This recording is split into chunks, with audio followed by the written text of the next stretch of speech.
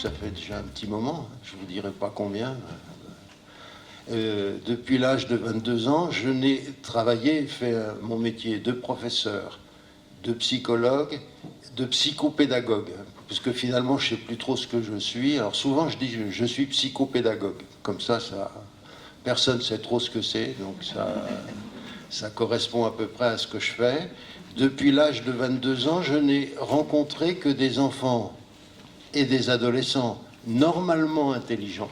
Ça, c'est important de le dire. Hein. J'ai jamais travaillé avec ceux qui ont des limites intellectuelles ou qui sont psychotiques ou qui sont autistes. J'ai toujours travaillé dans l'école ordinaire avec des enfants normalement intelligents, mais réfractaires au savoir que propose l'école. Ouais, c'est bizarre, ça. Vous voyez, on sait qu'ils sont environ 15 à 20% dans l'école. Hein, parce que chaque année, il y a 15 à 20% de jeunes gens qui sortent entre 17 et 18 ans. Ils savent lire, bien sûr, parce qu'ils sont passés par le collège. Ils savent lire, mais par contre, on les met devant un petit texte de 6-8 lignes, ils n'arrivent pas à sortir l'idée principale. Vous voyez, ça, c'est étonnant, ça, quand même. Hein, 12 années d'école, donc 4 années passées au collège, un petit texte de 6 lignes. Hein, tout à l'heure, Samuel disait les évaluations, on n'est pas pour. Moi, je fais des évaluations. À chaque fois que je reçois quelqu'un, un nouveau que je ne connaissais pas, je demande ça, de lire 5-6 lignes, et puis quelle est l'idée principale. Alors, je suis étonné. Je leur demande des fois d'écrire 2-3 lignes, et ben, j'en vois que, toujours pareil, hein, le même parcours scolaire, ben, ils accordent toujours pas le verbe avec le sujet quand ils écrivent. Quand même, ça fait... On dit 20% dans l'école, c'est entre 15 et 20 qui sont comme ça. Et puis alors le plus grave, du plus grave pour moi, et là c'est terrible parce que forcément on est un peu tous responsables, ben, j'ai affaire à des jeunes gens qui sont incapables d'enchaîner 2 arguments pour défendre une idée à laquelle ils tiennent quand ils parlent. Ça c'est terrible. C'est terrible. Pourquoi est-ce qu'on n'apprend pas à parler à l'école? Ça, c'est vraiment regrettable, parce qu'autour de la parole, il se passe beaucoup de choses pour la pensée. Mais pourquoi est-ce qu'on ne fait pas plus d'apprendre à parler aux enfants? Et ça, moi j'ai beaucoup travaillé à Paris, cette fois dans le 20e arrondissement de Paris.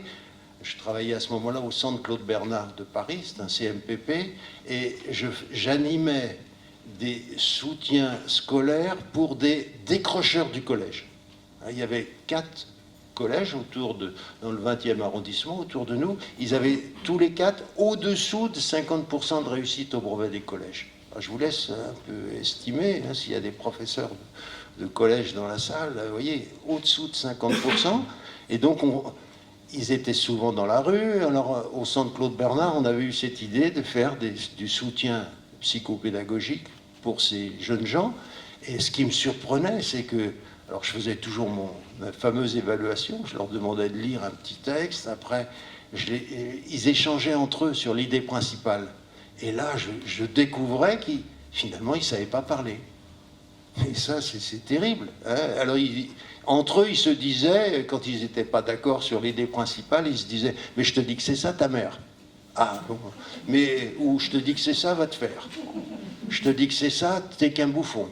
Mais une insulte banalisée venant remplacer le deuxième argument, ça nous montre bien qu'il n'y a pas de place pour le temps réflexif. Vous voyez, la pensée, elle n'intervient plus. Alors donc, le langage, c'est on envoie son argument et puis ça s'arrête là. Hein, c'est terrible de voir des jeunes gens qui sont normalement intelligents, qui sont dans cette situation. Donc moi, j'ai commencé, je vous ai dit, à 22 ans, mais j'ai été formé avant, à l'école normale. Hein, j'ai eu une bonne formation, c'était plutôt bien. C'est rare d'entendre ça. Hein. À l'époque, on avait 1 an de formation, on allait voir des enseignants travailler dans les classes, on assistait, toute la promotion, on était tous au fond sur des gradins, on regardait des professeurs faire classe. Enfin bon, moi je savais à peu près faire classe quand j'ai commencé, et puis un jour il y a un inspecteur qui est venu me voir, et puis il m'a dit, mais finalement vous défendez bien, je vais essayer de vous mettre avec des gamins plus difficiles. J'ai cru que c'était une promotion, moi, j'ai dit oui. Donc... Et là, je me suis retrouvé quelques temps après une formation de l'éducation nationale, et là, les formations de l'éducation nationale, on m'avait appris par cœur les stats selon Piaget, les stats selon Vallon. Je savais de ça par cœur, mais alors quand je me suis retrouvé dans une classe en ITEP, parce que ça ne s'appelait pas ITEP à l'époque, ça avait un autre nom, avec des enfants ayant des troubles du comportement, et qui s'étaient fait déjà renvoyer de 3 ou 4 écoles parisiennes, eh bien, je me suis retrouvé avec eux. Ce que je savais faire, parce que je savais faire une leçon pour apprendre à lire, j'avais appris ça à l'école normale, pour aborder les grandes opérations mathématiques et tout. Et là, ils ne supportaient pas ça, les élèves. Non seulement ils ne supportaient pas, mais ils me contestaient, ils sortaient de la classe. Alors, il y avait même certains qui, une fois dehors, jetaient des cailloux sur les fenêtres. Je ne savais plus où j'étais. Franchement, j'ai eu un moment de panique et j'ai commencé à faire quelque chose que j'ai gardé pendant toute ma carrière. J'ai commencé à lire des histoires à ceux qui étaient restés avec moi. Et à ma grande surprise, je n'avais pas choisi, il n'y avait pas de plan derrière tout ça. Je lisais des histoires parce que je voulais qu'ils restent avec moi, je ne voulais pas qu'ils s'en aillent. Parce que ceux qui restaient avec moi quand les autres étaient dans la cour, ils me disaient on reste, mais à condition qu'on ne fasse pas de travail d'école. Je me demandais ce que j'allais bien pouvoir faire avec eux, et c'est là que j'ai commencé à lire des contes. Il y avait un livre de contes de Grimm dans la classe, j'ai commencé à lire des contes. Et là, j'ai vu que j'arrivais à les intéresser. Alors, je me disais, bon, déjà, ceux qui étaient dehors, ils sont rentrés pour écouter les contes. J'avais l'air moins bête, déjà. C'était ça, finalement, ce que je recherchais. Parce que vous savez, quand on est professeur et qu'on n'arrive pas à tenir sa classe, quand les élèves ne restent pas en classe, c'est la pire des choses qui puissent arriver à un professeur et la pire des vexations. Parce qu'en plus, les élèves, ils se répartissent dans l'école, ils vont embêter les collègues et ils montrent à tout le monde qu'il y en a un qui n'est pas capable de tenir les élèves dans sa classe. Et ça, je le connais encore maintenant. Ça existe. Moi, j'ai connu ça dans un ITEP. Je travaille dans des écoles ordinaires, mais qui sont quand même classées REP+, à Saint-Denis, à Champigny. Je vois des professeurs qui sont dans la même situation, avec des gamins qui sortent de la classe. Je vois des classes qui commencent. Au bout d'un quart d'heure, les professeurs n'arrivent plus à faire passer un message. Des élèves qui se lèvent dans la classe, qui se battent entre eux. Ils n'agressent pas encore le professeur, ils sont un peu jeunes, mais vous voyez, il se passe des choses qu'on cache un peu. Faut pas, moi, je ne peux pas le cacher, parce que souvent, quand ils me demandent de venir, c'est parce qu'ils disent qu'il se passe des choses bizarres dans l'école, qu'ils n'y arrivent pas, qu'est-ce qu'on peut faire d'autre. Vous voyez, donc, moi, j'ai passé... Vous m'avez présenté, je ne sais pas si vous avez dit que j'étais chercheur.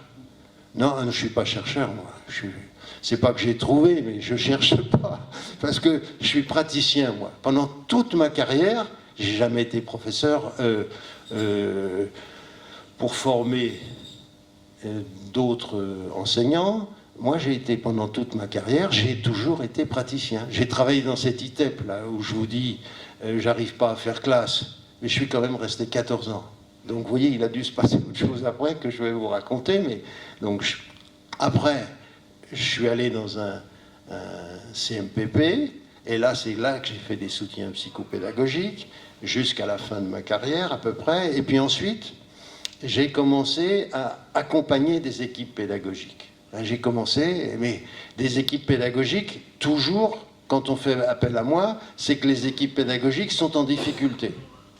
Quand ça va bien, bon, des fois ça va pas bien, mais bon, les enseignants, ils s'en sortent à peu près, donc on ne fait pas appel à moi. Mais par contre, on fait appel à moi quand il y a vraiment de la difficulté. J'ai travaillé pendant 12 ans à Genève. Et à Genève...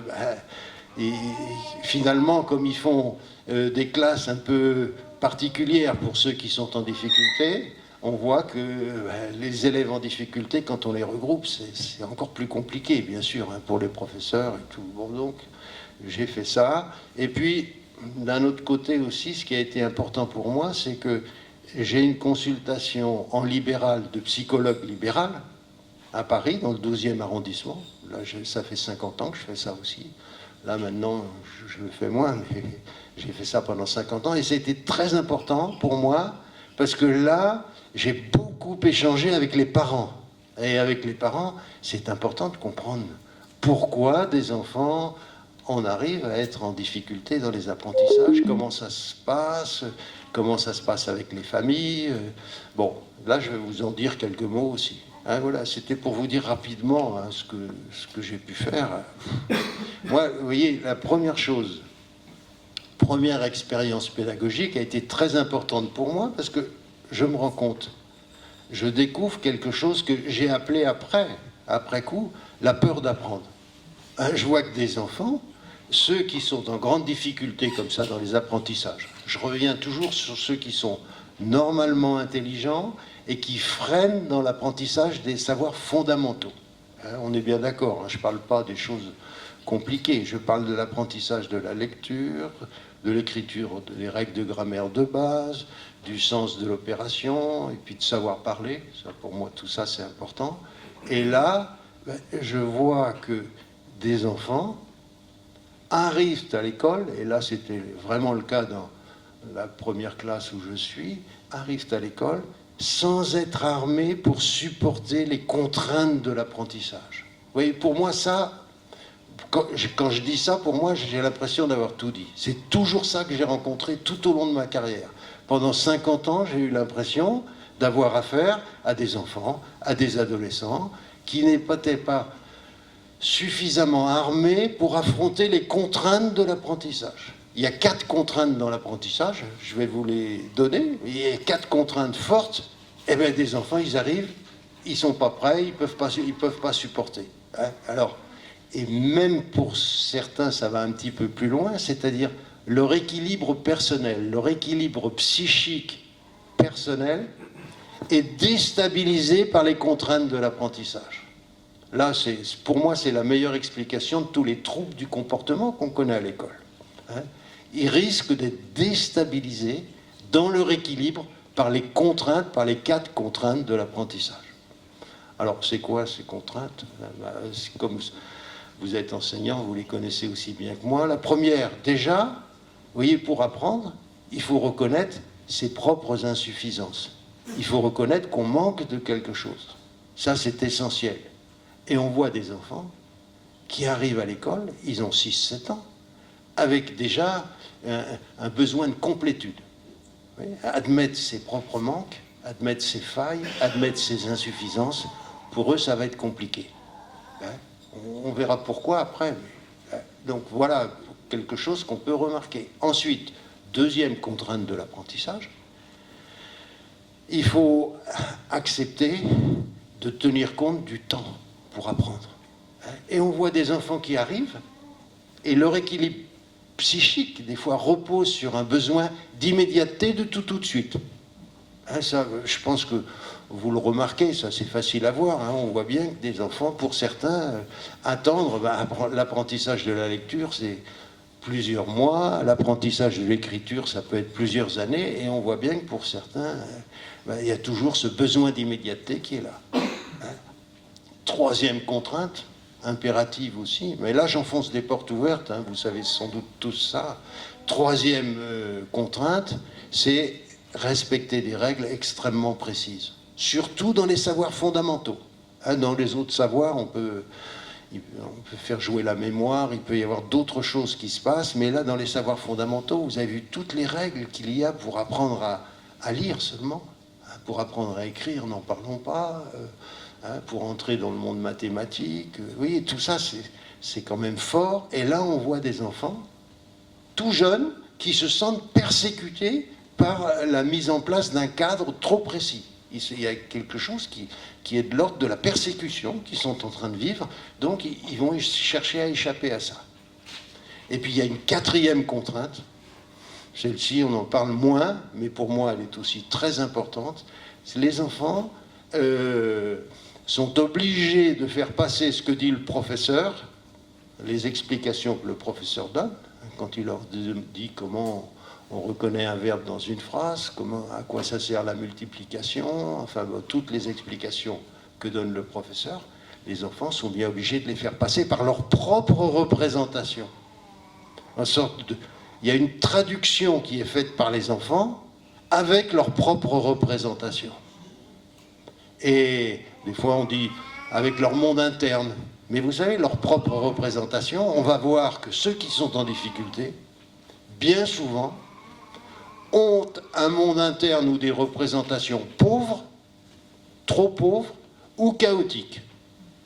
Et avec ça, essayez de traduire ce que dit le professeur quand on a des représentations qui sont un peu pauvres, quand on a des choses chaotiques. Voilà, ouais, c'est une explication déjà importante de cette difficulté que rencontrent dès le départ ceux qui sont dans ces situations d'apprentissage difficiles pour eux. Et c'est dès le départ, dès les premiers apprentissages. Et quand on parle d'inégalité scolaire, c'est parce qu'on va voir que cet écart avec les autres, avec ceux qui apprennent normalement, s'il y en a 20% qui sont en grande difficulté, il y en a 80% qui apprennent normalement. Et bien cet écart avec les autres, il va continuer à se creuser jusqu'à la fin de la scolarité. Et là, l'école, elle n'arrive pas à redresser la barre. Et ça, c'est terrible. Ce n'est pas pour les enseignants de maintenant. Il ne faut pas se sentir coupable de ça. Jamais les enseignants n'ont réussi à réduire cette inégalité scolaire. Vous voyez, même cette école qu'on vante de la Troisième République, des hussards noirs, on peut raconter tout ce qu'on veut, cet échec scolaire, il était déjà là.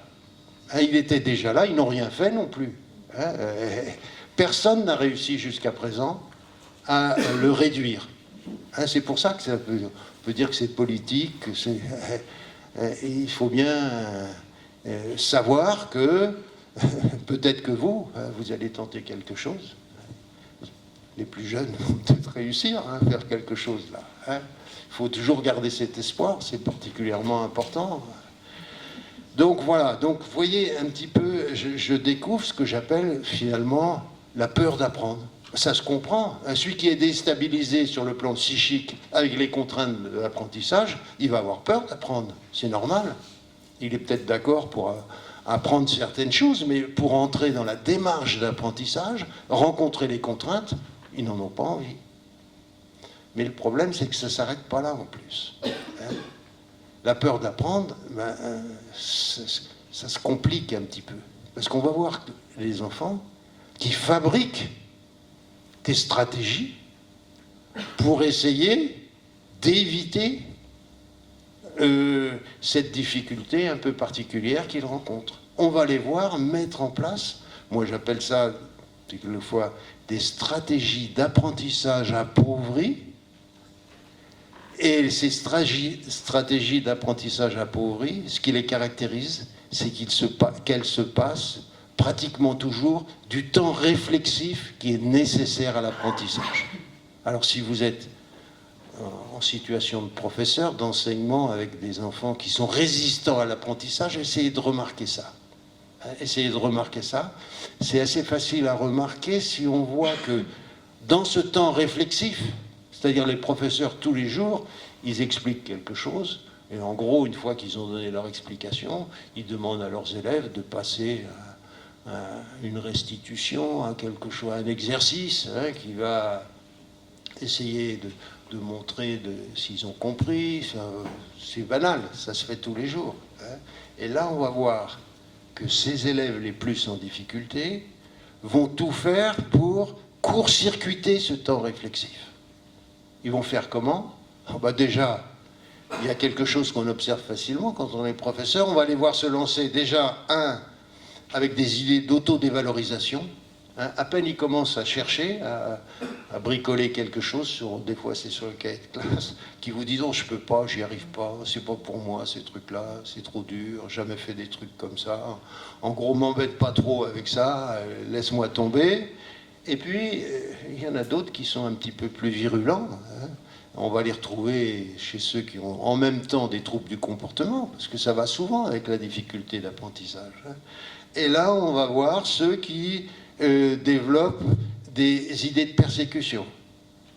Alors, chez les adolescents, c'est vraiment net. Moi, j'ai beaucoup travaillé avec des adolescents du collège qui vous disent carrément c'est un exercice bidon, ça sert à rien, c'est de la connerie, on m'explique mal, c'est pour les gonzesses, si c'est de les règles de grammaire, la lecture c'est pour les PD, on les entend dire des choses, les maths c'est pour les bouffons, oui, donc c'est là déclenchement d'idées de persécution autour de la situation d'apprentissage. Et pourquoi ça?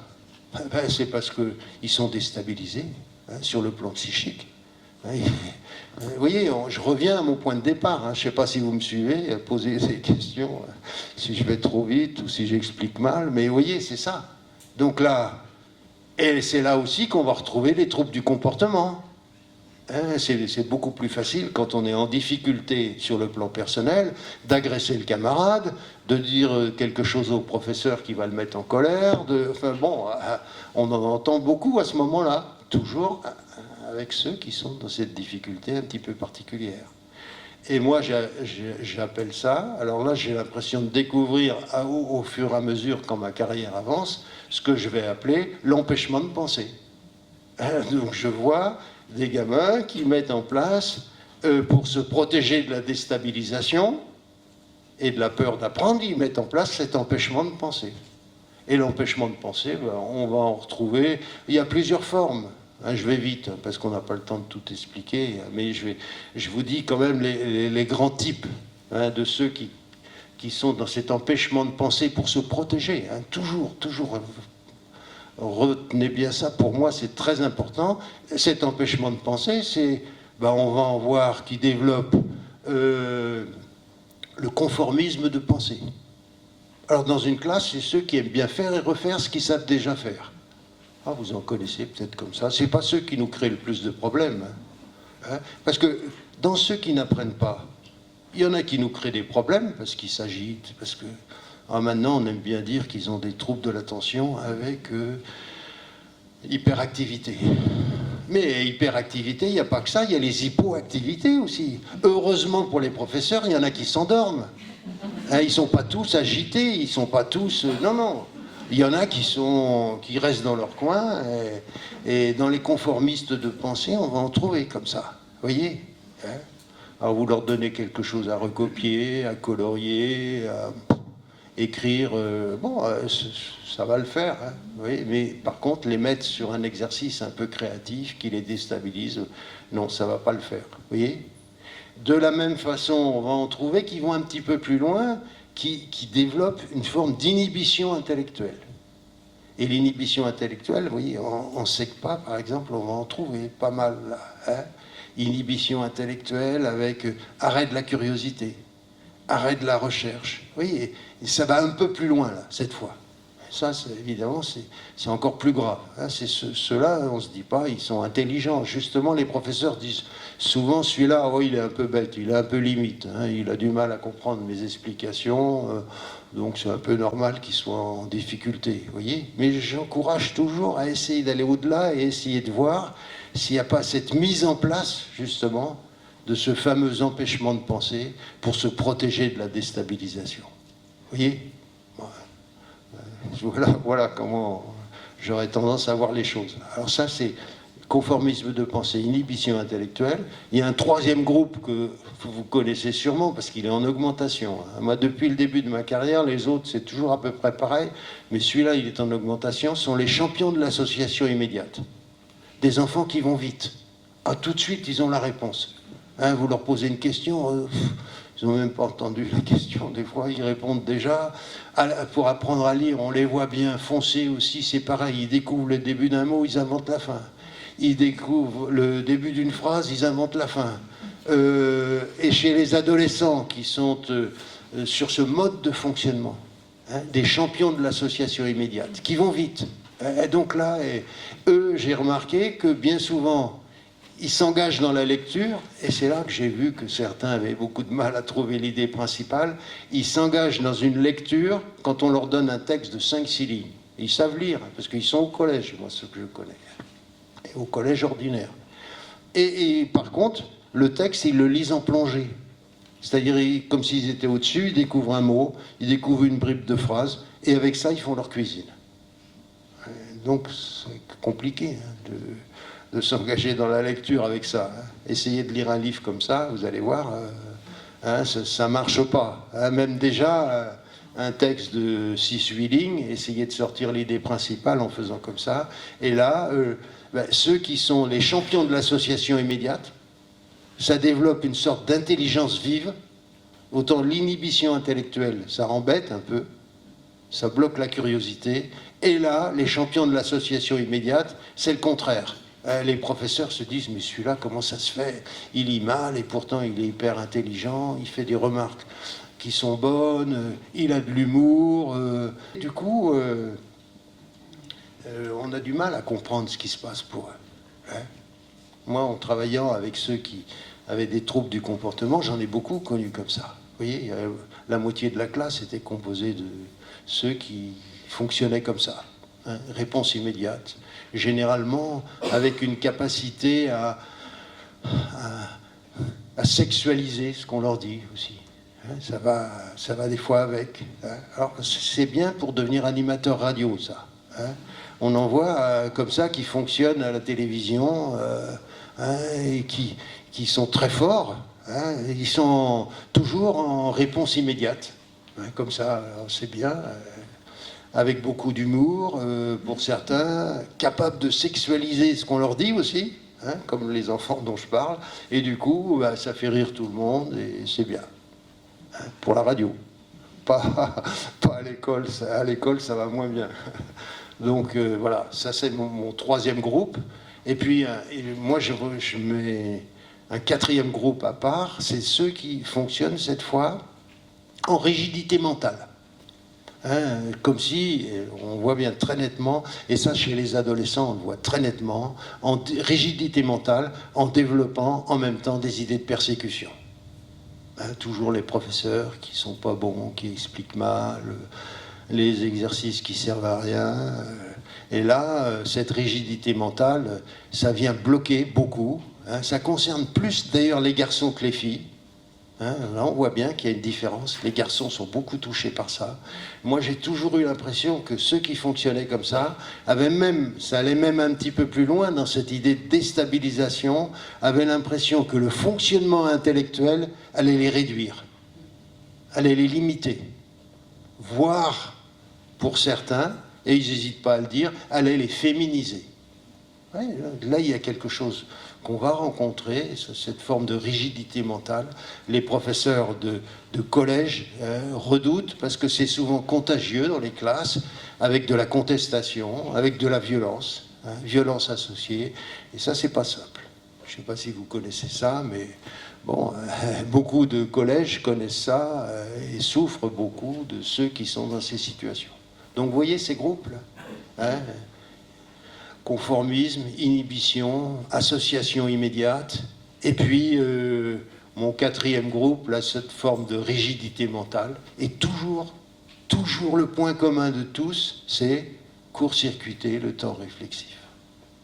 Comme si là, il y avait quelque chose de magique pour eux. En court-circuitant le temps réflexif, ils ne souffrent pas. Ils ne sont pas déstabilisés. Donc voilà, moi, comment je verrai un petit peu ce qui met ces 15-20% d'élèves en difficulté dans nos classes, en difficulté pour accéder aux savoirs de base. Ils vont sortir de l'école sans les maîtriser. On est là avec nos 15-20% qui sortent de l'école, et c'est comme ça, même s'ils ont un examen final. Généralement, ils se font coller au brevet des collèges. Ça s'arrête là. Au brevet des collèges, ils n'arrivent pas à l'avoir. Celui qui n'arrive pas vraiment à sortir l'idée d'un texte de 5 lignes, qui n'accorde toujours pas le verbe avec le sujet quand il écrit, il se fait coller au brevet des collèges. En règle générale. Voilà, et ça c'est une première explication. Mais j'ai dit tout à l'heure, après l'intervention de Samuel, que je n'étais pas chercheur. Moi, j'ai toujours été confronté aux élèves. Donc, il a fallu que je trouve quelque chose. Comment faire autrement? Moi, donc là, je vous dis, je me trouve dans une classe d'ITEP, avec les élèves qui sont dehors. Je commence à leur lire. Je ne sais pas pourquoi, mais malgré tout, je remarque que ça les regroupe, ça les intéresse. Je commence à les regrouper et à les faire parler. Parce que j'ai du mal à faire autre chose. Donc je leur lis une histoire, un conte, je les fais parler de ce qu'ils ont entendu, et c'est là que je commence à comprendre ce qu'il y a dans les contes. Je n'avais pas compris jusque-là. Hein, il m'explique que c'est la belle-mère qui est une vraie salope, que c'est le père qui est une couille molle, qui laisse faire, il vire les enfants, enfin oui. Et je me dis, mais finalement, ils ont raison, il y a des choses vraies dans ce qu'ils disent. Donc j'arrive à faire parler les élèves. Mais je ne suis pas satisfait de moi. Hein. Tout à l'heure, j'entendais parler des directives de l'éducation nationale. Moi, j'ai eu un peu de chance, c'était juste après 68, donc on ne faisait pas un peu ce qu'on voulait, mais du coup, je me demandais, je me dis, mais qu'est-ce qu'ils font là, les élèves avec moi, ils sont en train de perdre leur temps. Je leur lis des histoires, je les fais parler de ça, des fois je leur faisais jouer une scénette, ils aimaient bien ça, ils jouaient les personnages de l'histoire. Et puis, je me disais, ils perdent leur année, là, ils ne vont pas apprendre à lire. Puis en plus, comme ils avaient des troubles du comportement, je me disais, avec les histoires que je leur lis, je suis en train d'aggraver leur cas, moi. Hein, beaucoup d'entre eux avaient été séparés de leur famille pour attouchement, pour problèmes divers. Ils étaient placés en internat. Donc je me disais, moi, avec les histoires que je leur raconte, j'en remets une couche, ça va aggraver le problème. Je ne savais pas. Surtout que quand j'avais fini de lire une histoire, en gros, je leur disais, bon, là, j'ai été gentil avec vous. Maintenant, vous allez être gentil avec moi. Vous sortez le cahier de classe, on va marquer une date. Et puis, on va copier une phrase. Au moins, on va faire semblant de faire classe. Ils ne voulaient pas. Donc je disais, restez, je vous lis encore une histoire. Donc je recommençais à lire une histoire. Et après les contes, moi j'ai utilisé beaucoup les récits mythologiques. Je vois que dans les classes, depuis quelque temps, il y a des professeurs qui travaillent avec le feuilleton d'Hermès. Il y en a qui le connaissent ici. Ah ben oui, vous voyez. J'ai travaillé avec Muriel Zac quand elle a mis en place le feuilleton d'Hermès. On a travaillé ensemble. Et c'est elle qui m'envoyait les épisodes. Et moi, je les testais avec les gamins que je voyais. Alors, je commençais par... elle me disait, ça, c'est écrit pour les 4-6 ans. Mais elle ne connaît pas la pédagogie. Et donc, moi, j'essayais avec les petits. Ça ne marchait pas trop. C'était un peu compliqué. Mais par contre, avec les adolescents, ça marchait super bien. Alors, je l'ai encouragé à continuer. Et Muriel Zac, elle a vendu plus de 500 000 exemplaires de ses livres. Le feuilleton d'Hermès, ça dépasse les 350 000. Les autres, c'est 150 000. Vous voyez un peu le succès. Donc les professeurs les ont beaucoup achetés. Après, le cadeau de Noël qu'ils demandaient à leurs parents, c'était le feuilleton d'Hermès. Donc ça a fait boule de neige et elle en a vendu beaucoup. Donc moi, avant de connaître Muriel Zac, je décide aussi de lire des histoires de la mythologie à mes élèves. Je ne savais pas quoi faire, mais là je remarque toujours que ça les intéresse. Là, il y a des choses qui les intéressent. Alors là, vous voyez, je me dis, mais ça, il ne faut pas lâcher ça. Je ne lâche pas ça, je me sers de ces points d'appui, mais ça, c'est banal sur le plan pédagogique pour les encourager à lire. Je copie ce que répond Hermès à Zeus, je le donne à chacun et ils lisent ça, ça les intéresse un peu plus que le livre que j'avais. Un livre de rééducation, de la lecture, ça, ils n'en voulaient pas. Là, on fait ça. Et puis en mathématiques, il y a toujours des distances parcourues. Il y a des vitesses, il y a de l'argent qu'on ne sait pas, qu'on partage. Enfin bon, je me sers de ces points d'appui pour faire des maths. Je fais moins bien que Freinet, tout à l'heure on parlait de Freinet. Non, mais c'est toujours, finalement en pédagogie, c'est pas compliqué, il y a toujours deux choses à faire. Il faut intéresser, on ne peut pas faire autrement, et deux, il faut faire participer. Si on ne fait pas ça, on ne fait pas ce qu'il faut, c'est tout. Mais on ne peut pas faire autrement. Alors oui, là je commence à dire ce qu'il faut faire en pédagogie et ce qu'il ne faut pas faire, mais j'ai oublié de dire pourquoi des enfants, pourquoi des enfants étaient déstabilisés, n'étaient pas armés pour les apprentissages. Ouais, il faut répondre aussi à cette question. Est-ce que c'est un problème de cerveau ou encore c'est encore autre chose? Bah pour moi, là aussi c'est simple. Hein. Vous allez dire c'est un peu trop simple. Ben pour moi, c'est dû à des insuffisances éducatives. La mise en place de cet équipement pour affronter les contraintes de l'apprentissage, ça se met en place entre, disons, 0 et 4 ans, 3 ans même. À 3 ans, c'est pas que c'est fini, mais là, il s'est passé déjà beaucoup de choses. Et les insuffisances éducatives, ça concerne essentiellement 2 domaines. Il peut y en avoir beaucoup, mais il y en a 2 essentiels. Et d'ailleurs, quand on est professeur, quand vous parlez aux parents, pour dire aux parents ce qu'il faut faire, vous le dites, pour que les enfants travaillent bien à l'école, il faut, alors des interactions langagières, non, il ne faut pas dire comme ça, il faut leur parler. Hein.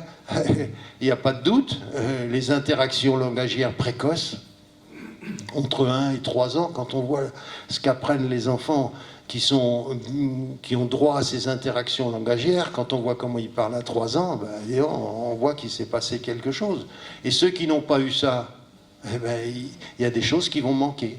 Hein, des points d'appui identitaires pour se situer dans le temps, pour se situer dans l'espace. Tout ça, c'est avec le langage que c'est donné. C'est parce qu'on parle aux enfants. Alors, leur lire des histoires, évidemment, c'est encore mieux à ceux qui peuvent lire des histoires. Mais même ceux qui ne savent pas lire, les parents qui ne savent pas lire, ils peuvent aussi faire parler leurs enfants de ce qui va se passer demain, de ce qui s'est passé hier. Enfin, vous voyez, ces interactions langagières sont extrêmement importantes. Et là, ceux qui n'ont pas droit à ça, on va voir que là, il va manquer quelque chose. Alors, des fois, on dit manque de vocabulaire. Ouais, vous savez, le vocabulaire, c'est rien à côté des points d'appui que ça donne pour penser. C'est ça. Hein, c'est les points d'appui qui vont servir à ce fonctionnement intellectuel. Et ça, c'est le langage qui va donner ça. Oh, c'est pas moi qui ai dit ça non plus. Les linguistes, ils disent ça depuis, je sais pas, hein. Il faudrait voir depuis quand. Mais moi, quand j'étais à l'école normale, je me souviens, donc à la fin des années 60, on nous disait toujours... On ne fait pas assez parler les enfants à l'école. On ne fait pas assez parler les enfants à l'école. Il y avait eu un rapport de l'inspection générale, parce que tous les 5-6 ans, il y a un rapport de l'inspection générale qui dit on ne fait pas assez parler les enfants à l'école. Est-ce que ça change quelque chose? Non. De toute façon, en gros, on n'écoute pas ce qui descend d'en haut. Moi, je faisais comme ça, d'ailleurs. On nous dit des choses. Après, comme j'étais syndiqué, je regardais dans le journal syndical, le syndicat disait toujours « Oh là là, on nous dit de faire ça, ça c'est pas bien, il faut pas le faire. » Bon, allez hop, ça passait à la trappe. Hein, mais je sais pas si vous dites continuer à dire ça maintenant. Donc, on nous encourageait pas à prendre ce qui venait d'en haut, même si c'était bien des fois. Hein, ça... Non, mais de toute façon, il ne fallait pas le prendre ce qui venait d'en haut. Donc ça, je suis avec les interactions langagières, là j'arrête là. Donc vous avez compris, insuffisance éducative concernant les interactions langagières, insuffisance éducative concernant cette fois l'initiation à la frustration. Là, c'est la porte ouverte que j'enfonce. Hein, tout le monde sait ça. Mais des enfants, c'est pareil, c'est entre 2 et 4 ans que les parents aident les enfants à respecter les grandes règles de vie, hein, pour se nourrir, pour se coucher, pour jouer, pour sortir, sans arrêt. Hein. C'est ça, là, les enfants de 3 ans, ils passent devant le rayon des jouets au supermarché, tout de suite ils veulent la voiture, ils font une colère. Il y a des parents qui savent faire, plus ou moins. Hein, parce que je ne dis pas que c'est simple, mais comme coucher un enfant qui ne veut pas aller au lit et tout, mais malgré tout, vous voyez, là, il y a quelque chose d'important. Hein, et il faut toujours le répéter aux familles. Ouais, c'est simple. Hein. Même avec les adolescents, toujours dire que les parents doivent essayer de faire respecter les grandes règles de vie, et ça va aider pour bien travailler à l'école. même si c'est à moitié vrai, parce que ça ne suffira pas, mais avec les adolescents. Mais avec les petits, c'est sûr que c'est vrai. Ça, c'est tout ce qui se passe, je dirais, avant 4 ans, là, hein, dans les interactions langagières et l'initiation à la frustration, c'est essentiel pour les apprentissages. Hein. Alors, évidemment, dès que ça a fauté de ce côté-là, dès qu'il a manqué quelque chose, c'est là qu'on va trouver ceux qui ne sont pas équipés pour supporter les contraintes. Le manque, l'attente, la règle, et puis les représentations, vous voyez, de ceux qui n'ont pas été assez sollicités par le langage, il y a des choses qui vont manquer, ou qui vont être mal organisées, ça c'est sûr. Hein. Le langage, il sert à ça. Je ne sais pas si vous êtes d'accord avec moi, mais moi, je n'arrive pas à penser autrement. Vous voyez, le langage, il sert à ça. Donc là, on va voir ensuite, chez ceux qui n'ont pas été soumis à toutes ces grandes, je dirais, ces apports éducatifs, on va voir que les manques apparaissent. Donc là, face à ça, à l'école, qu'est-ce qu'elle peut faire? Qu'est-ce qu'elle va faire, l'école? C'est là le problème. Hein? Parce que pour moi, pour faire de l'échec scolaire, il faut être 2. Et les parents d'abord. Ça, vous voyez, moi, des fois on me dit, oh là là, t'en mets trop sur le dos des parents et tout. Non, moi j'en mets sur le dos des parents et sur le dos de l'école. Les 2, parce qu'il faut être 2 pour faire de l'échec. Bon, je sais bien que ça ne plaît pas quand je dis ça des fois. Hein. Ça dépend à qui je le dis. Mais... oui, si vous voulez. Pourquoi à l'école, qu'est-ce qu'on va proposer à ceux qui supportent pas les contraintes, à ceux qui choisissent l'empêchement de penser pour se protéger? Qu'est-ce qu'on va leur proposer? Comme aux autres. Ils sont 20%, mais on va leur proposer comme les 80%. C'est-à-dire, on est gentil à l'école, on fait des efforts avec ceux qui sont en difficulté. On les prend des fois dans des petits groupes, on fait du soutien, on les prend à part. Mais avec l'empêcher de penser, ça ne marche pas. Ça, on a compris, on devrait avoir compris ça. Mais ça, on n'arrive pas à comprendre. Hein, avec les empêchés de penser, on va continuer toujours de l'entraînement supplémentaire ou de la répétition pour essayer de combler leurs lacunes. Et ça, jusqu'à la fin du lycée professionnel. Alors là, au lycée professionnel, c'est pareil. Hein. Les professeurs disent, non, lui, là, il n'a pas encore compris où était le verbe dans une phrase, il ne l'accorde pas avec le sujet, je ne peux rien faire avec lui, donc je travaille ça, on fait un groupe spécialisé, on les prend à 4, à 5.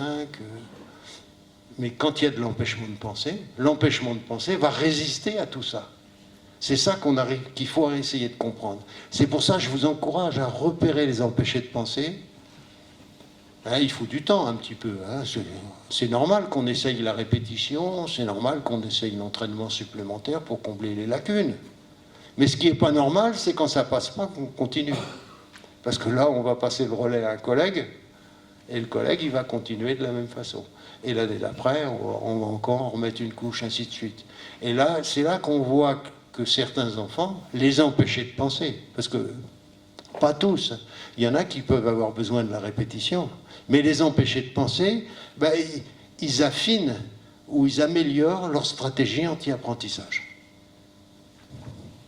Plus nous on est performants, plus eux aussi ils vont être performants. Vous voyez, donc là, c'est ça que, à mon avis, c'est important de comprendre ça, parce que là, il faut essayer de faire des propositions qui remettent en route la machine à penser, qui remettent en route le fonctionnement intellectuel. Alors, évidemment, c'est pas simple, hein, il ne s'agit pas de dire ça. Alors, moi, j'ai travaillé là pendant 12 ans à Genève avec des professeurs qui... Ce qui est bien à Genève, c'est que les professeurs, ils écoutent ce qu'on leur dit. Hein, ils font comme on leur dit. Tandis qu'en France, non, c'est pas tout à fait pareil. Mais à Genève, on avait mis en place, mais avec les professeurs, hein, j'étais pas tout seul, mais moi, ça fait déjà un moment que je travaillais autour de ça, de ces lectures à haute voix, et que j'avais remarqué que ceux qui étaient dans ces difficultés avec l'apprentissage, qu'à partir du moment où on leur apportait des représentations avec des récits, avec des histoires qui parle de ces grandes préoccupations humaines, des histoires qui mettent des mots sur les sentiments, sur les émotions, eh ben, je voyais qu'il se passait quelque chose. Je voyais qu'il se passait quelque chose. Oh, ça prend du temps. Il faut du temps pour se rendre compte de ça. Là, je suis resté 14 ans dans l'ITEP, mais pas 14 ans avec les mêmes élèves. Hein, mais je les gardais des fois 1 an et demi, des fois 2 ans. Et là, on voit qu'il se passe quelque chose. Alors du coup, avec les professeurs, là, j'ai mis en place un protocole. C'est-à-dire que la journée de classe commence tous les jours de la même façon. Tous les jours, point 1, 5 à 10 minutes de lecture à haute voix, de récit, appelons ça de récit ou d'une partie d'un récit, parce que 5 à 10 minutes, on ne va pas lire même un récit mythologique, des fois ça peut prendre 3 ou 4 séances, même un conte, parce que ce qui est important quand on lit un conte, c'est que de le simplifier, ou le récit mythologique, parce que Muriel Zack, si elle a eu du succès, c'est à cause de ça, c'est parce que ces livres sont très faciles à lire à haute voix par le professeur. Donc on le lit à haute voix facilement. Bon, des fois, il faut expliquer un mot, il faut simplifier un petit peu, mais malgré tout, il y a peu à faire. Et du coup, en 5 à 10 minutes, là on voit qu'on est dans un travail d'enrichissement des représentations. Si on le fait tous les jours. Parce que je vous expliquerai à la fin que pour qu'on voit les résultats produits par ce travail, font environ 150 présentations du protocole. C'est-à-dire moins d'une année scolaire. Une année scolaire, ça fait 250. Je crois. Tout d'un coup, j'ai un doute. Enfin bon, il faut au moins 150 pour qu'il se passe quelque chose. Donc tous les jours, lecture à haute voix, on enrichit les représentations. Donc pendant 5 à 10 minutes, les élèves écoutent. Mais c'est le matin quand la classe commence. Alors le petit film, je ne sais pas si on aura le temps de le voir, là, le petit film, on voit une classe, c'est une classe de 6e à Nantes, tous les matins, les professeurs, ils travaillent avec le feuilleton d'Hermès, ils lisent un épisode. Tous les matins, ils lisent un épisode. Et ensuite, puisque je vous dis, là on enrichit les représentations, avec ces grands textes, qui nous parlent des grandes préoccupations humaines, qui nous parlent des émotions, qui nous parlent des sentiments. Alors, après les mythologies, moi j'ai beaucoup utilisé aussi les romans initiatiques. Le roman initiatique, c'est... il y a un héros qui est en situation d'apprentissage. Un des meilleurs que j'ai trouvé, moi je l'ai réécrit pour les professeurs, en classe avec Rémi. C'est l'histoire de Rémi sans famille. Et il va y avoir un film qui va passer sur... normalement, il passe sur la 3. Ah, si vous le voyez, le jour où je vous enverrai, hein, il doit passer sur la 3. Il a été tourné par 3 écoles de Nancy, mais tous les professeurs qui travaillaient avec le livre en même temps. Et ça produit un effet dans l'école. Là, il y a 50 épisodes, donc ça dure 50 jours avec celui-ci. Mais après, il y a autre chose à essayer, hein, bien sûr. Mais les romans initiatiques, les fables, il y en a qui travaillent avec les fables, là il y a aussi des choses intéressantes à faire, mais il faut savoir réécrire la fable, parce que des fois, là, il y a un vocabulaire qu'on ne peut pas se permettre de changer. Hein. Là, j'ai simplifié le texte, mais autrement... les fables, on ne peut pas se permettre de faire ça, mais on peut résumer. Bon, il y a des professeurs qui arrivent à faire des choses vraiment intéressantes avec ça. Donc 5 à 10 minutes de lecture. Ensuite, puisque là j'ai dit c'est l'enrichissement des représentations, après, il y a un travail qui dure un quart d'heure, à peu près, un quart d'heure, 20 minutes. On vérifie ce que les élèves ont entendu et compris. Alors là, ce que les élèves ont entendu et compris, peut-être qu'on peut... Je vois des professeurs qui font demandent à chacun de faire une bande dessinée. J'en vois qui font un tour de classe avec des enchaînements, les uns après les autres, pour voir ceux qui ont écouté, ceux qui ont compris. J'en vois qui font jouer des scénettes à partir de ce qui a été lu par le professeur. Ça aussi, c'est les élèves, quand ils sont entraînés à ça, ça leur plaît particulièrement. Et cette fois, ce travail autour de la compréhension de ce qui a été lu, c'est ce qui aide à organiser les représentations, à mettre un peu d'ordre. Et certains, ceux qui sont en difficulté, en effet, souvent, leur problème, il est là. Mettre de l'ordre dans les représentations, les organiser. Et puis, ensuite, troisième point, 1, lecture, 2, travail de compréhension, un quart d'heure. Troisième point, on prend une grande idée du texte. Souvent, dans le travail de compréhension, on va la voir apparaître. Et autour de ça, on organise un débat pour les élèves. Débat dit débat argumentaire. Alors, ça peut être des questions autour de... dernièrement, à la suite de la lecture d'un conte, il y avait « Est-ce qu'une reine gouverne aussi bien ?»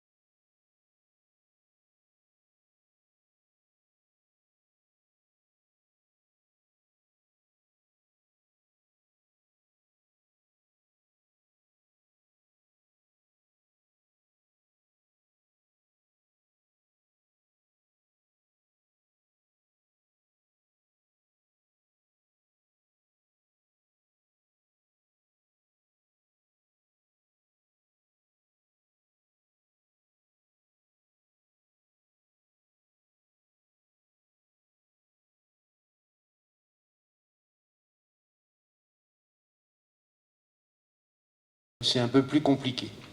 Ça, c'est le troisième point. Donc là, et puis le quatrième point, c'est un petit travail écrit. En gros, une fois que le débat argumentaire est passé, on demande aux élèves, dans ce que tu as entendu, quelle est l'idée que tu as préférée. Tu écris 2 lignes ou 3 lignes là-dessus. Là, ça doit aller vite. Il ne faut pas écrire plus, 2-3 lignes. Et puis après, quand ils sont un petit peu plus avancés, leur dire est-ce que ça, ce que tu as entendu, ça a fait bouger ton avis, ça a changé ton avis, mais ça, il faut attendre un petit peu pour arriver à ça. Donc voilà, les 4 temps, ça dure 1 heure. Donc le matin, la classe, elle commence par 1 heure comme ça. Alors, beaucoup, vous me poserez des questions tout à l'heure. Des fois, les professeurs me disent, mais attention, là, on n'a pas le droit de faire ça. Ah, Samuel... Est-ce qu'on a le droit de faire ça? Est-ce qu'on a le droit de faire ça dans sa classe? 1 heure comme ça? Et on a autre chose à faire. Et avec tout ce qu'on a à faire dans la classe, on va consacrer 1 heure. Moi, je ne veux pas ça. Sinon, je ne peux pas faire mon programme. Et je leur réponds, mais si tu ne fais pas ça, tu ne fais pas ton programme non plus. Parce que la lecture des grands textes de notre patrimoine littéraire et culturel, on doit le faire dans les classes. Donc ceux qui ne le font pas, ils ne font pas le programme. Ils ne peuvent pas dire « je ne fais pas ça pour faire mon programme ». Non, s'il ne fait pas ça, il ne fait pas son programme. Et faire parler les élèves de ce qu'ils ont compris, les faire débattre, leur faire écrire quelques lignes, c'est au programme aussi. Dans toutes les classes élémentaires, on doit consacrer 10 heures par semaine à l'apprentissage de la langue. Donc il faut faire parler les élèves pour l'apprentissage de la langue. Vous direz ça à votre inspecteur s'il vous dit qu'il ne faut pas consacrer 1 heure le matin. Mais sinon, vous ne faites pas le programme non plus. Donc voilà ce que j'encourage à faire. Et là, quand on fait ça, qu'est-ce qu'on va voir? moi, ce que j'avais vu, d'emblée, quand je travaillais dans ces classes particulièrement difficiles, on va voir que les élèves qui habituellement sont marginalisés dans la classe, qui reviennent adhérer au groupe. Ça va prendre peut-être un petit peu de temps, mais malgré tout, très vite, avec ces récits, on arrive à les faire recoller au groupe. Et ça, c'est fort, ça y est. Parce que quand on va dans les classes, peut-être pas dans les vôtres, mais quand je vais dans les classes, moi je suis surpris par le nombre d'élèves qui sont marginalisés. Ça, les professeurs, ils acceptent ça. Ils acceptent, quand ils posent une question, ils acceptent, si c'est une classe de 25, qu'il y en ait seulement une dizaine qui lèvent la main. Ils ne regardent pas trop ceux qui ne lèvent pas la main, ce qu'ils pensent, ou s'ils sont là. Vous voyez, et tout ça, c'est important. Le jour où on voudra essayer de changer la donne, pour ceux qui sont en difficulté, il faudra passer par cette étape. Intéresser, faire participer tout le monde. Le deuxième avantage de cette proposition, c'est que ça crée pour les groupes. Si vous avez des groupes où les enfants sont différents les uns des autres, et ça c'est ce qu'on connaît le plus maintenant, en travaillant en région parisienne, on voit ces groupes d'enfants qui sont dans la même classe, qui ne parlent pas la même langue en famille, qui n'ont pas la même religion, qui n'ont pas la même attente de l'école, qui n'ont pas du tout, alors plus on monte dans les classes, qui n'ont pas du tout le même niveau les uns les autres. Donc cette proposition crée un patrimoine commun dans la classe, qui va être extrêmement important.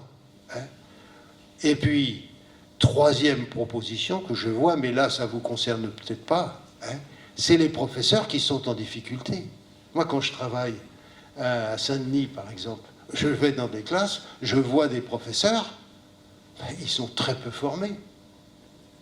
Ils ont quelques journées de formation. Alors ils connaissent un peu les programmes, parce qu'on leur a, dans les journées de formation, on leur a expliqué qu'il fallait faire de la grammaire comme ça, de la conjugaison.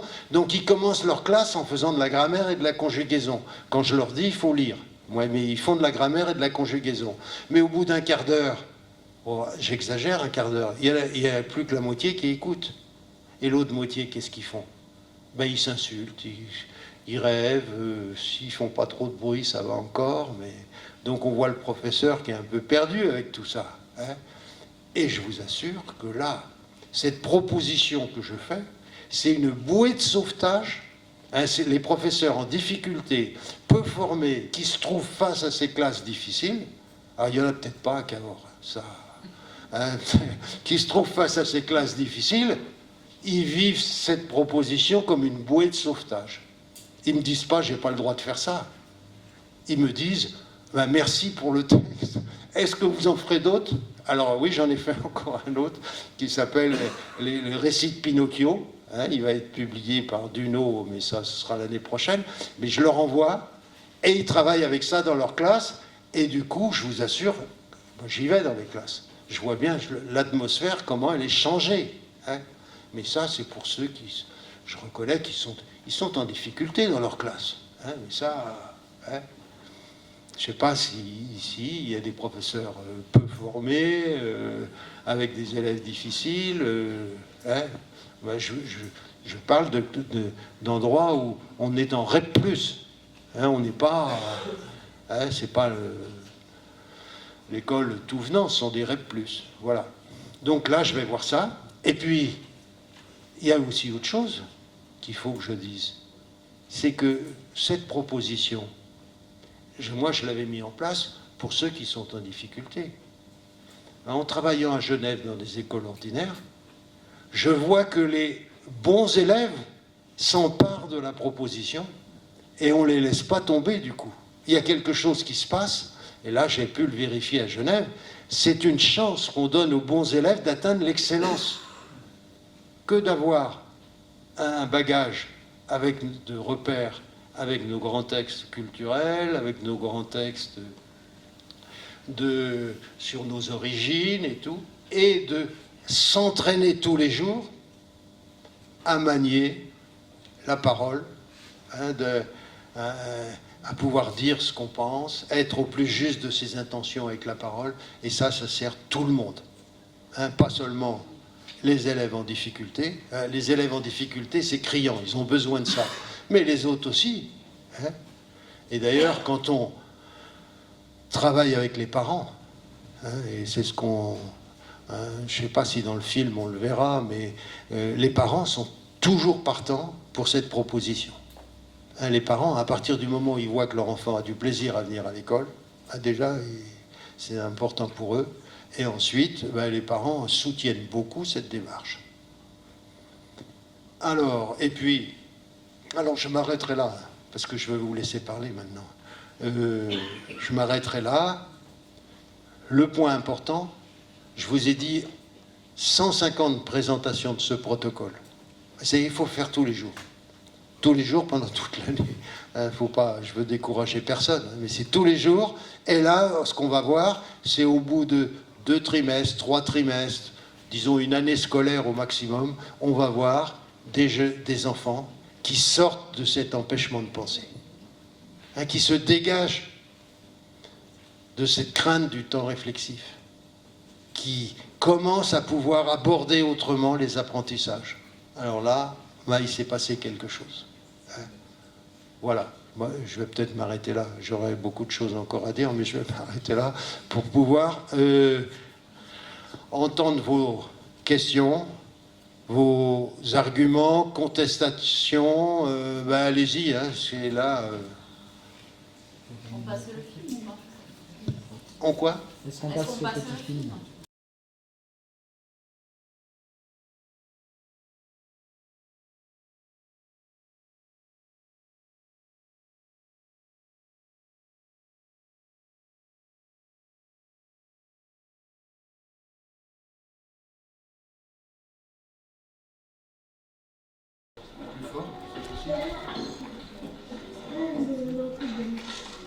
Naïla, alors du coup, parlez-nous de l'épisode d'hier.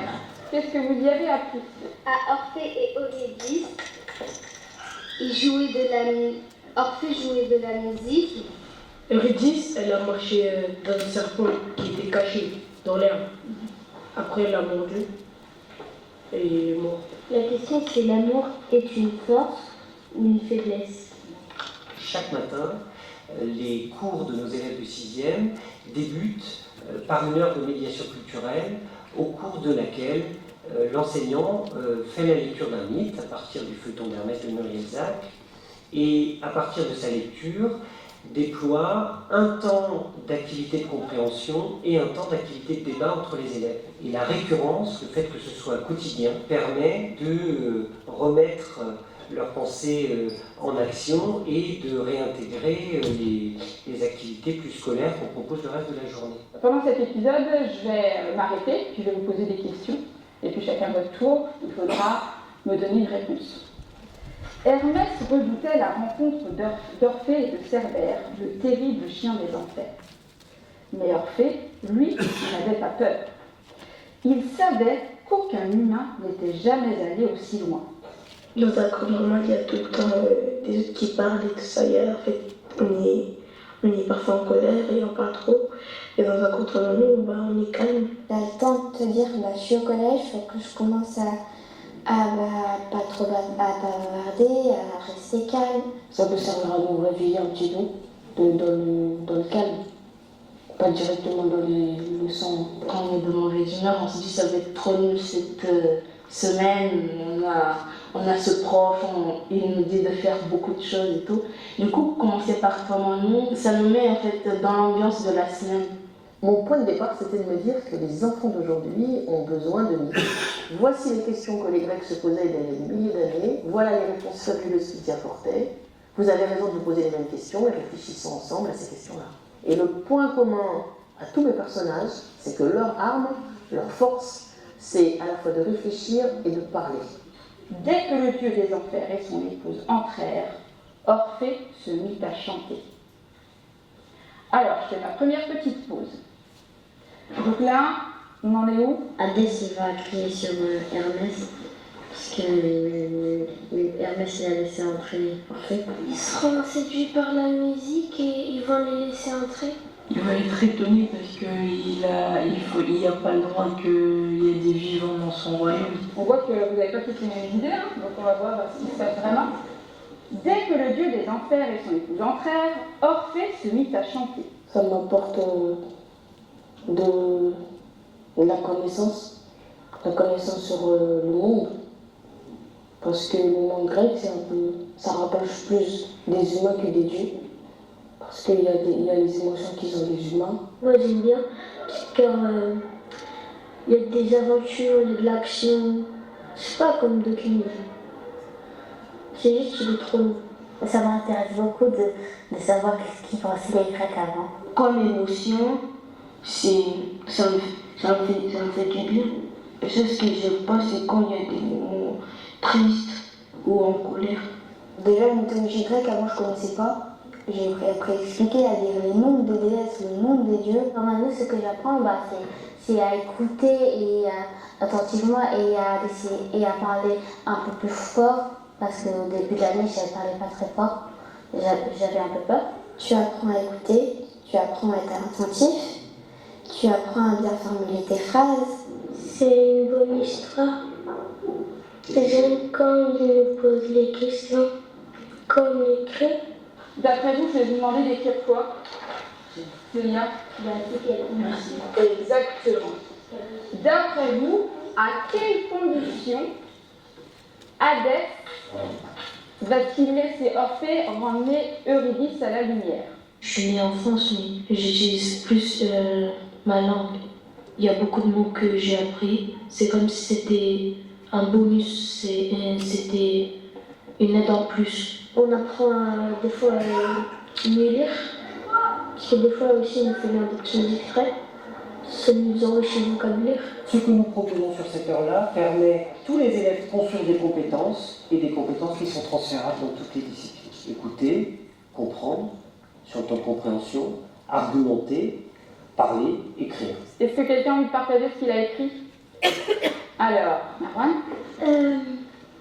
Hadès, il va dire: cette seule condition est que pendant l'hiver, tu restes avec moi et Perséphone, et le reste du temps avec ta femme au soleil. À condition que un jour par semaine, tu viennes jouer de la lutte.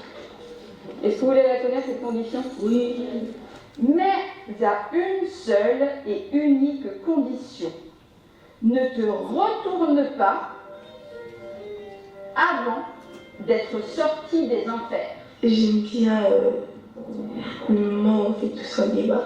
Je suis à l'aise parce que moi déjà je suis pas une personne timide. J'aime bien parler, donner mon opinion. Et je vais pas finir l'épisode. Je vais vous poser la question de discussion. Peut-il faire confiance à la fin des 6 minutes? Il y aura un rapporteur par groupe. C'est parti. Tu dis Orphée peut faire confiance à Hadès Parce que. car Je ne veux pas que ça arrive à quelqu'un. Il y a déjà perdu Perséphone. C'est qui va rapporter? J'ai l'impression pour moi qu'on participe plus. C'est intéressant de parler d'autre chose que des mathématiques, du français. Hadès, c'est. Non, la femme, le gars Orphée. Orphée, voilà. Orphée, il fera confiance à Hadès parce que Hadès, il a déjà perdu Perséphone. Après, il veut pas que ça arrive à quelqu'un d'autre. Est-ce que tu es d'accord ou est-ce que tu n'es pas d'accord avec Je suis d'accord pour tout, mais sauf que perdu Perséphone. D'accord. Ok. Il va voler la femme de Orphée. Vous avez compris tous? Oui. Ouais. Hadès, il lui avait prévu de ne pas la regarder quand ils n'étaient pas à la lumière. Et il l'a regardée parce qu'il était impatient. Alors du coup, ça a tout gâché. Pourquoi on dirait deux? Parce que j'entends pas? Les deux sont polygames. Ah, on ne sait pas. par exemple Hadès lui il est fidèle alors que Vous êtes d'accord ou vous n'êtes pas d'accord? De faire vivre des émotions aux personnages, ça fait aussi vivre des émotions aux élèves. Et je trouve que c'est par ce biais-là qu'on peut entrer dans quelque chose d'intéressant et parfois d'un peu différent de l'aspect un peu plus rigoureux des disciplines, un peu plus parfois austères en fait. Avant, on avait du mal à dire à notre élève qu'on n'était pas d'accord avec lui pour peur de le contrarier ou je sais pas. Là, du coup, c'est un petit moment qu'on peut créer des liens avec des autres élèves. Je trouve que ce qu'on dit dans les débats, c'est plus vrai que ce que raconte l'histoire en elle-même. Et ça aide à renforcer notre imagination. On essaie de répondre, par exemple, aujourd'hui on a fait la question l'amour peut-être ça rend fort ou faible. La question du jour à laquelle moi j'avais pensé, l'amour c'est une force ou une faiblesse? Les deux? On fait rapidement le cercle de discussion. Qui distribue? Pourquoi j'ai pas cette question? Damien, c'est toi qui distribue la parole? T'es fort après parce que t'es fort après. Quand il y a quelqu'un que t'aimes et qui meurt, ça te rend triste et du coup ça te rend faible. Mais c'est une force parce que quand t'as des problèmes et tout, tu dis je vais faire ça et ça te rend fort. Je suis d'accord avec Leïla parce que une personne qui t'a soutenu toute ta vie et qui part, qui meurt, et tu te dis il n'y aura plus personne pour te soutenir, alors ça te rend plus faible. Donc vous êtes tous d'accord pour dire que être amoureux ça rend plutôt fort plutôt que faible? Oui, il ne faut pas être amoureux. Alors c'est quoi la chose? Hamza? Il y aura trop de problèmes. Toi, ça rend faible parce que ça rend plutôt faible parce que ça crée trop de problèmes. Ouais. Et vous demandez la parole à Damien si vous voulez réagir. Tu donnes la parole? Pas d'accord avec son combat, parce qu'en fait, qui vit le monde grâce à l'amour. Pas du tout. Le débat, oui, j'aime bien, mais je parle pas trop, moi. Parce que je suis timide, mais aussi des fois, il y en a de mes repositionnements. Si on serait noté, comme par exemple dans les autres cours quand on a des évaluations, je prendrais moins la parole parce que j'aurais peur de me tromper. Chez moi, je parle un peu de séance de travail et que tu as vraiment envie d'en parler avec les autres, envie de partager. On voit ce que ça apporte en termes de climat scolaire. Les élèves vont rentrer dans la classe apaisée. Je parlais tout à l'heure de confiance, oui, on sent qu'il y a une confiance mutuelle entre les enseignants et les élèves. Donc on est à la fois dans un dispositif qui permet d'éviter le décrochage, mais qui va développer obligatoirement les compétences des élèves. C'est aussi un outil fantastique pour communiquer auprès des familles, sur des productions d'élèves par exemple, sur des sorties, donc il y a toute une dimension d'éveil culturel. Donc 2 classes sont allées déjà au mois de janvier au Muséum d'Histoire Naturelle, 2 classes au Chronographe à Rezé, visiter donc un site archéologique, et puis la cerise sur le gâteau pour les élèves, c'était cette semaine la venue au collège de Muriel Zac, qui leur a fait donc participer à des ateliers d'écriture. Indépendamment des séances qu'ici on appelle toi, moi, nous, j'ai aussi été accueillie le premier jour, alors avec des textes, m'imaginez moi en train de rencontrer Hermès, avec des choses qui étaient vraiment intéressantes. Chapitre 57. On assiste à la rencontre d'Hermès et de Muriel Zac. Bonjour madame, qui êtes-vous? Je suis ta créatrice et c'est grâce à moi que tu vis toutes ces aventures. Hermès l'a pas aussitôt. Mais certaines choses m'ont fait drôlement peur. Tu as été dur avec moi. J'ai trouvé Muriel Zac sympa. C'était intéressant de rencontrer Muriel Zac, de savoir que c'était elle qui a fabriqué le livre de feuilleton d'Hermès. C'est la deuxième fois que je rencontre un écrivain, mais c'est pas grave. J'étais impatiente parce que au moins on sait un peu qui c'est l'écrivain des livres qu'on lit. Je pensais que c'était facile de faire un livre et que c'était rapide, mais en vrai non. Quand Muriel Zac ne travaille pas, elle réfléchit à d'autres idées pour ses livres. Le pire cauchemar de Muriel Zac, c'est des fois des fautes d'écriture. Quand Muriel Zac ne travaille pas, elle ment. Mon rêve, c'est qu'il y ait beaucoup d'enfants qui lisent mes livres. Pourquoi j'ai pris Hermès? C'est un messager. Oui, voilà, absolument, parce que c'est un messager. Et puis, il a autre chose encore, Hermès. Quelle est son arme, Hermès? Sa parole. Bah oui, bien sûr, sa parole. Après, moi, j'étais venue aussi pour leur faire une proposition. Est-ce qu'en 3 heures, vous êtes capables, on part tous ensemble, mais chacun d'entre vous va écrire une histoire? Mais mon but, c'était qu'ils comprennent comment on construit une histoire en 3 épisodes, et finalement, mais tout le monde y arrivait. Donc là, vous ferez votre premier épisode, votre deuxième épisode, Et votre troisième épisode? Là, on fait notre brouillon pour écrire le livre. Et bah, je trouvais ça très intéressant parce que nous-mêmes, on a inventé notre propre histoire. Juste était seule sur cette plage et la douleur semblait insupportable. C'est un peu dur de trouver l'inspiration, mais on l'a.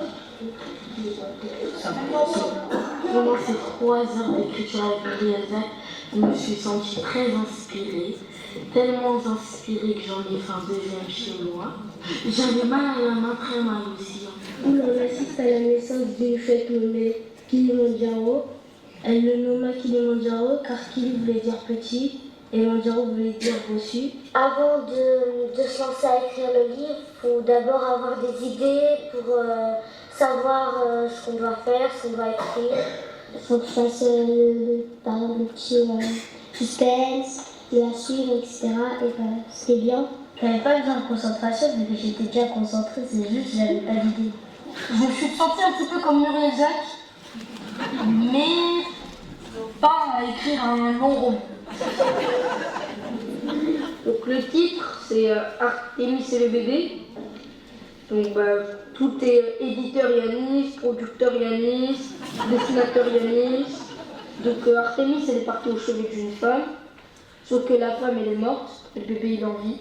Mais qui allait s'occuper du bébé? Oui, parce que Artémis, c'est une déesse, et elle savait très bien qu'elle ne pouvait pas s'occuper d'un petit bébé humain. Quand les biches ont coursé à Artémis, en fait, elle est montée dans un arbre. Zeus, il a dit, un palais, c'est trop bien pour toi, je vais te construire quoi? Je t'en fais une ferme. On vient de terminer une de nos grosses semaines du Toi, moi, nous de l'année. C'était super, bravo à vous. Hein. C'est vous qui avez rendu cette semaine chouette. Hein. Vous pouvez vous applaudir. Vous pouvez être fiers autant que vous êtes fiers de vous. Merci. Voilà. Bonjour mon cher Zeus, le Tout-Puissant, mon Dieu préféré, s'il vous plaît. Aujourd'hui, je suis l'homme le plus malheureux du monde car ça fait 2 fois que je perds ma femme. Hadès m'a laissé une chance pour redonner Eurydice à la vie. Mais il m'a donné une condition. De ne pas me retourner avant avoir retrouvé la lumière du soleil. J'y suis arrivé malheureusement avant elle et je me suis retourné avant qu'elle ne soit sortie. Et elle a disparu dans les enfers. Peux-tu la ramener à la vie, s'il te plaît?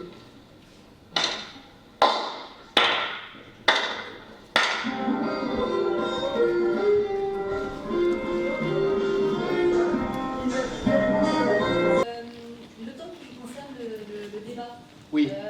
Est-ce que tous les enfants sont invités à débattre, c'est-à-dire par rapport aux enfants qui ont un manque de confiance en soi, oui, qui n'osent pas prendre la parole? Est-ce qu'on les oblige à un moment donné à prendre la parole ou est-ce qu'on accepte que tous les enfants participent? Non, mais c'est vrai que c'est quelque chose de toujours discutable.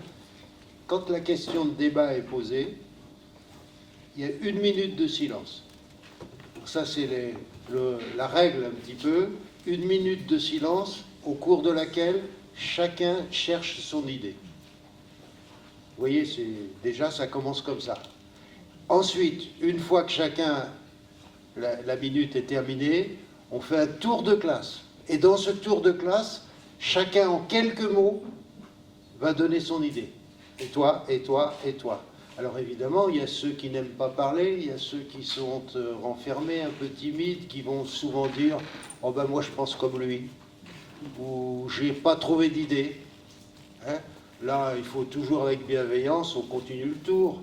On peut aussi leur dire bah, « Tu penses comme lui, mais tu peux reformuler, tu peux redire ce qu'il a dit, t'as rien à dire, mais tu vas peut-être écouter ce que disent les autres et puis tu choisiras parmi ce que tu as entendu. » Vous voyez, c'est une façon très intéressante justement de mobiliser ceux qui ne prennent jamais la parole, ceux qui veulent rien dire. Vous voyez, ne serait-ce que de dire simplement ben, « j'ai pas d'idée » ou « je pense comme lui », c'est déjà de faire entendre le son de sa voix.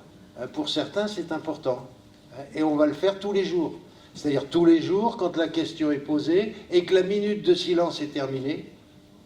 Ça, c'est la minute de silence, c'est vraiment quelque chose d'important pour ceux qui ont du mal à entrer dans ce temps réflexif. Vous voyez, c'est ce retour à soi. Et déjà au départ, quand on travaille avec ceux qui ont des difficultés, ils vous disent « Oh ben ça y est, j'ai mon idée ». C'est pas la peine d'attendre une minute, j'ai déjà mon idée. Ou bien, ça sert à rien, je trouverai pas. Vous voyez, voilà, donc respecter cette minute de silence et faire un tour. Et puis ensuite, une fois que le tour est fait, ben, c'est le professeur qui doit pouvoir dire, ben, vous voyez, certains sont plutôt orientés vers telle idée, d'autres vers telle autre, et là, le débat peut s'engager à ce moment-là.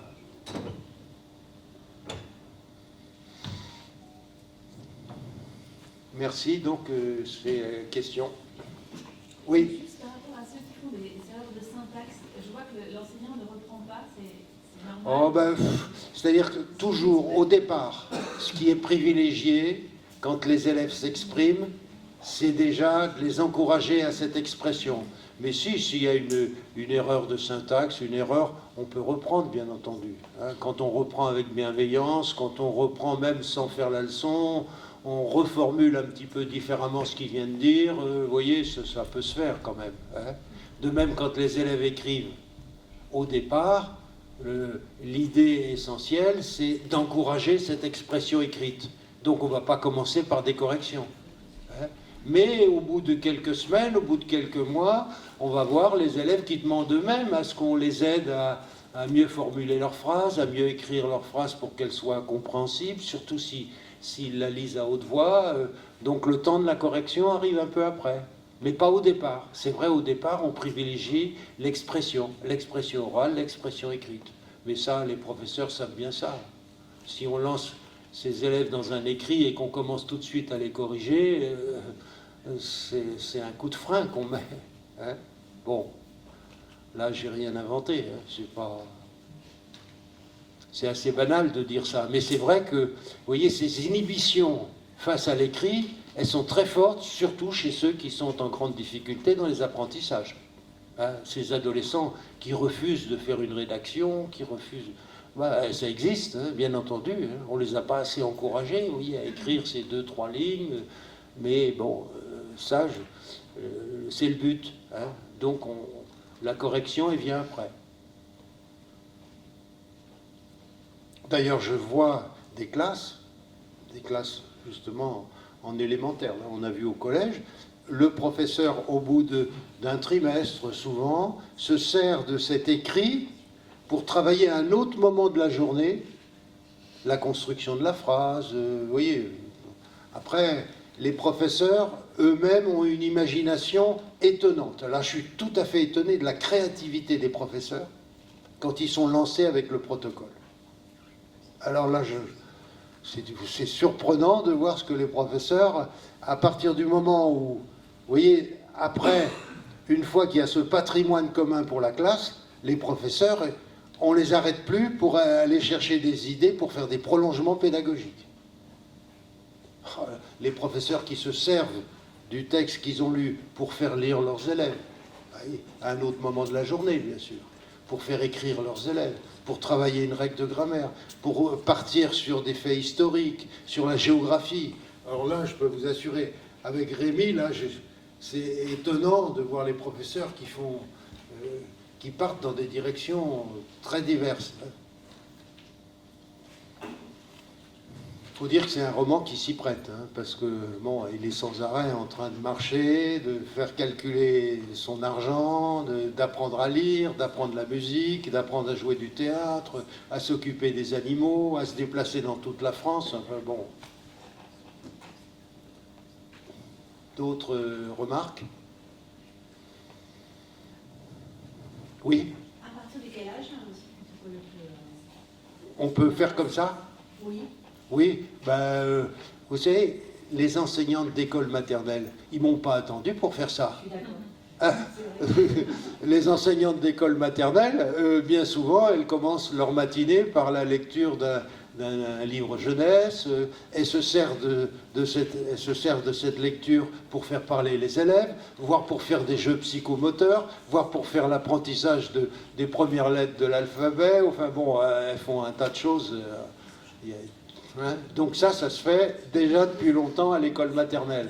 Mais après, il n'y a pas d'âge. Pour moi, il n'y a pas d'âge. En ce moment, ça fait déjà 5 ans que je travaille avec les professeurs des prisons. Et en prison, c'est tout à fait... c'est comme du pain béni pour les professeurs, parce que jusqu'à présent, ils reçoivent surtout dans ce qui leur sert de classe, des élèves qui leur disent ben, finalement, je ne sais pas bien lire, est-ce que vous pouvez m'apprendre à lire? Je ne sais pas écrire, je ne connais pas les règles de grammaire, est-ce qu'on peut apprendre? Ben, les professeurs, toujours bienveillants, hein, les professeurs, surtout quand quelqu'un demande, ils sont prêts à repartir de ce côté-là. Et là, ils s'aperçoivent qu'avec certains, ben, ça ne passe pas. Hein, ils ont beau être demandeurs, ça ne passe pas. Ça c'est important. Hein. Les empêcher de penser, ils peuvent être demandeurs, ça ne passera pas quand même. Donc là, ben, ils travaillent avec ces récits. Et là, je peux vous assurer qu'il se passe des choses particulièrement intéressantes, y compris des détenus qui retournent en cellule avec la question de débat pour débattre avec leurs co-détenus, hein, et qui reviennent le lendemain avec le résultat du débat de ceux qui n'ont pas toujours lu le texte. Il y a encore une remarque, question, oui. J'en profite, j'ai le micro du coup. Parce que là, il y a des personnes qui viennent de CNP ou CMPP. Quelle forme ça prend comme travail du coup quand c'est un pluridisciplinaire qui prend en charge? Est-ce que c'est la lecture quotidienne? Et pareil pour le... Non, en CMPP ou en CMP, les enfants, les adolescents ne viennent qu'une ou deux fois par semaine. Ils ne sont pas là tous les jours. Donc le protocole, il va être forcément différent. Hein, là, c'est différent. Moi, là, au CMPP, au centre Claude Bernard à Paris, dans le 20e arrondissement, je vous disais tout à l'heure, je faisais du soutien psychopédagogique avec 6-8 adolescents de différents collèges du quartier. Ils venaient me voir 2 fois par semaine. Et ça, ils étaient dans la rue la plupart du temps, mais ils venaient 2 fois par semaine parce qu'ils étaient intéressés par ces lectures et puis donner leur avis sur ces grandes questions. Mais on s'en tenait là. Vous voyez, la séance, elle durait 1h15, 1h30, pas plus. Et puis après, ils s'en allaient. On n'avait pas de prolongement pédagogique comme on peut faire dans une classe. Hein, dans une classe, je vois les professeurs qui partent dans des directions avec un récit et qui savent faire des choses au bout d'un moment en s'entraînant. Hein. En CMPP, c'est un petit peu différent. Hein, c'est un peu différent. Et il y a une équipe pluridisciplinaire, en effet, mais vous savez que les soins psychologiques avec ceux qui sont empêchés de penser ne sont pas faciles à mener. Hein, celui qui ne veut pas faire du lien avec son histoire, avec ce qui lui arrive, avec son monde intérieur, parce que bien souvent c'est chaotique ou pas assez riche, c'est pas un bon client pour les psychologues, c'est pas un bon client pour les psychothérapeutes. Hein, donc il faut faire quelque chose. Hein, c'est là que, dans le centre dans lequel je travaillais, on voyait que là aussi, il y a un apport à faire dans un premier temps. Moi, c'est ce que je cherche à faire, cet apport avec la culture qui vient enrichir les représentations, qui vient les organiser. Donc c'est là qu'il y a quelque chose qu'on est, pour moi, avec certains, on est obligé de le faire. Hein, c'est indispensable. Hein, dans l'école, il y a 15 à 20% justement de nos élèves qui ont besoin d'un apport culturel. Ça, on aura beau me dire le contraire, je ne le croirai jamais, ça. Si vous voulez, ils ont besoin de cet apport culturel pour adhérer à ce qu'on va leur proposer après. Hein, l'apprentissage des mathématiques, l'apprentissage de la lecture. Si on ne fait pas ça dans un premier temps, on les perd. C'est ceux-là qui sont marginalisés dans la classe et qui sortent sans maîtriser les savoirs fondamentaux.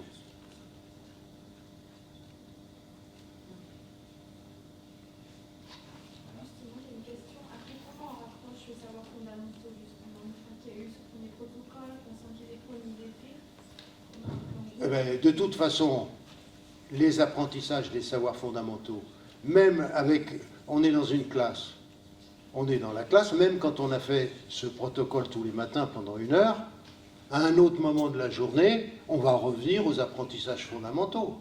Hein, on ne lâche pas l'affaire.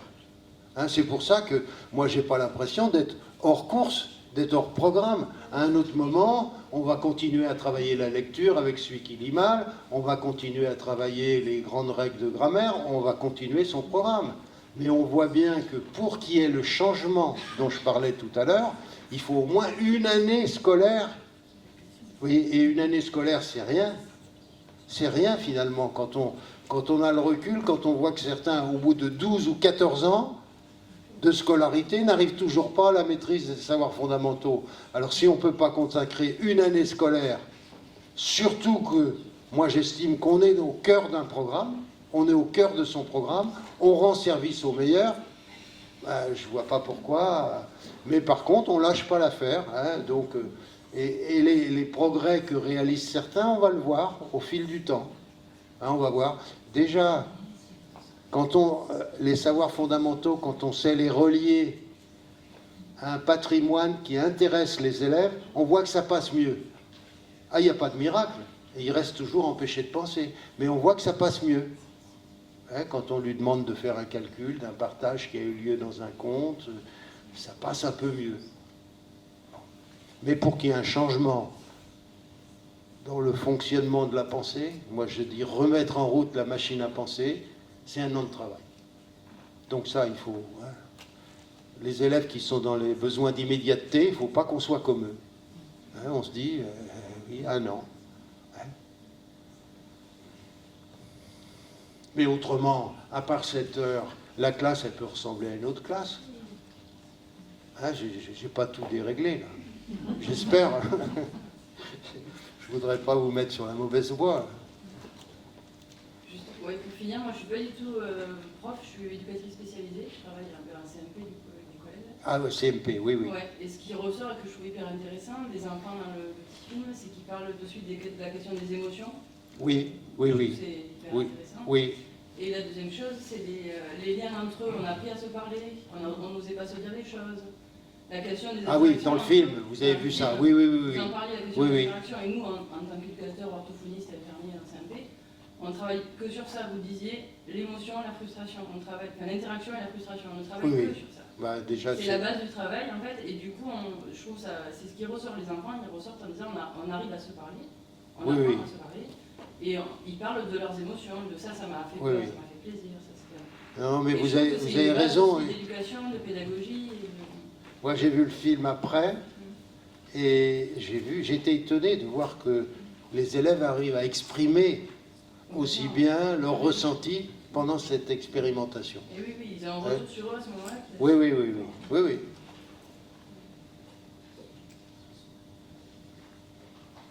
Non, mais je crois que c'est vrai que le travail avec les éducateurs, vous voyez, je travaille aussi de temps en temps avec des éducateurs, et on sent que les éducateurs sont plus libres. Il n'y a pas de programme. Sont plus libres dans leur rapport avec ceux qui sont en difficulté.